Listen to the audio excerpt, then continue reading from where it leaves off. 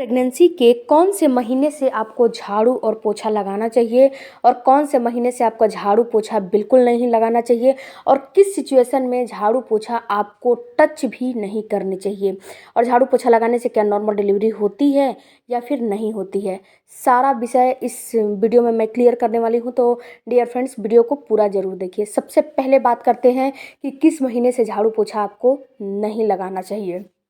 तो देखिए फ्रेंड्स, अगर आप प्रेगनेंसी के पहले ट्राइमेस्टर में हो यानी कि 1 2 3 महीने में हो तो आपको झाड़ू पोछा बिल्कुल नहीं लगाना चाहिए। क्यों नहीं लगानी चाहिए?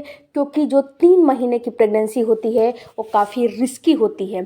उस समय आपको मिसकैरेज होने का काफ़ी ज़्यादा चांस रहता है, तो इस समय आपको झाड़ू पोछा बिल्कुल नहीं लगाने चाहिए।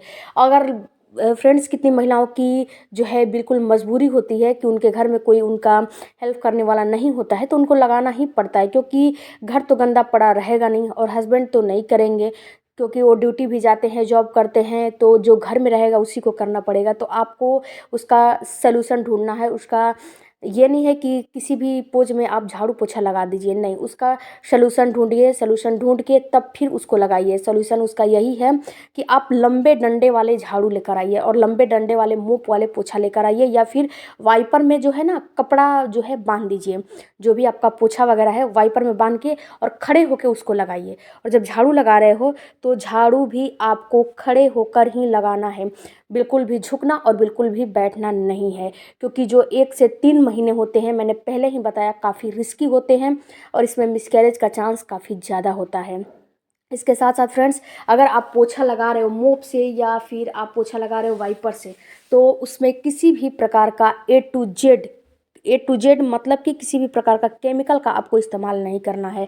जैसे कि मार्केट में बहुत ज़्यादा आते हैं जो कि पानी में डाल के पोछा लगाया जाता है, तो आप उसका इस्तेमाल इस समय मत करिए। आप नमक डाल सकते हो, नींबू डाल सकते हो, या फिर घरेलू कोई चीज़ डाल सकते हो, वरना आप फिटकरी भी डाल सकते हो, या फिर ऐसे ही सादे पानी से ही लगाइए।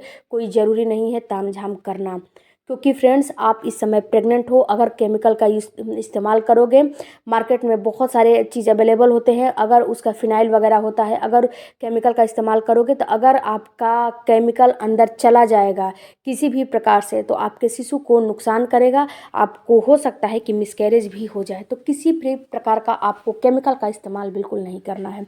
दूसरी बात फ्रेंड्स, कि अगर आप 9 महीने में हो और झाड़ू पोछा लगाना चाहते हो, तो फ्रेंड्स इसमें क्या होता है कि आप झाड़ू पोछा लगा सकते हो, क्योंकि झाड़ू पोछा लगाने से आपकी जो पेल्विस एरिया है ना, उसकी मसल्स बिल्कुल लचीली होती है और इससे नॉर्मल डिलीवरी की संभावना बढ़ती है। ये सही बात है। लेकिन अगर आपको जैसे कि झाड़ू पोछा लगा रहे हो, उसके बाद आपका पेट में दर्द हो रहा है या फिर ब्लीडिंग हो रही है, या फिर आपको जैसे कि इस समय तो थोड़ा बहुत पेन होते ही होते हैं प्राइवेट पार्ट में, लेकिन अगर आपको डिस्कम्फर्टेबल फील हो रहा है तो आप बिल्कुल भी झाड़ू पोछा आप मत लगाइए। जैसे कि आपको ब्लीडिंग हो गई तो यानी कि आपका प्लेसेंटा नीचे है, या फिर प्लेसेंटा प्रीविया है, या फिर बच्चेदानी में आपके यूट्रस में टाके वगैरह लगाए गए हैं, या फिर आपको डॉक्टर बेड रेस्ट दिया है, तो इन सारे कंडीशन में आपको झाड़ू पोछा बिल्कुल नहीं छूने हैं, बिल्कुल भी, क्योंकि डॉक्टर ऑलरेडी आपको बेड रेस्ट दे दिया है। तो उसमें तो कोई सवाल ही नहीं होता है कि आप झाड़ू पोछा लगाओ, घर का काम करो, क्योंकि जब आपका प्लेसेंटा प्रीविया होगा या फिर आपके यूट्रस में टाँके वगैरह लगाए गए होंगे, या फिर आपको ब्लीडिंग वगैरह हुई होगी, तो आपको झाड़ू पोछा बिल्कुल नहीं लगाना है और कोई भी ए टू जेड घर का काम नहीं करने हैं। आपको बिल्कुल बेड रेस्ट करने हैं। इसके साथ साथ फ्रेंड्स, अगर आप झाड़ू पोछा लगा रहे हो और आपको डिस्कम्फर्टेबल फील हो रहा है तो इस कंडीशन में भी आप मत लगाइए। अगर आप झाड़ू पोछा लगाना चाहते हो और आप जो है अच्छे से लगा सकते हो, यानी कि आप थोड़ा थोड़ा बहुत वेजाइना में पेन होता है दबाव पड़ने से, प्रेशर पड़ने से, लेकिन अगर आप लगा ले रहे हो तो आपको बहुत ज़्यादा नहीं लगाना है, बस एक कमरा ही लगाना है। जो जिस कमरे में रहते हो वही कमरा लगा दो, वहीं आपके लिए काफ़ी है, वहीं बहुत ज़्यादा है आपके लिए, नहीं तो फ्रेंड्स आपको दिक्कत होने लगेगी। इसके साथ साथ अगर आपके घर वाले आप के ऊपर प्रेशर भी डालते हैं तो आप साफ साफ क्लियर मना कर दीजिए कि मुझसे नहीं होगा, मैं नहीं लगा पाऊँगी।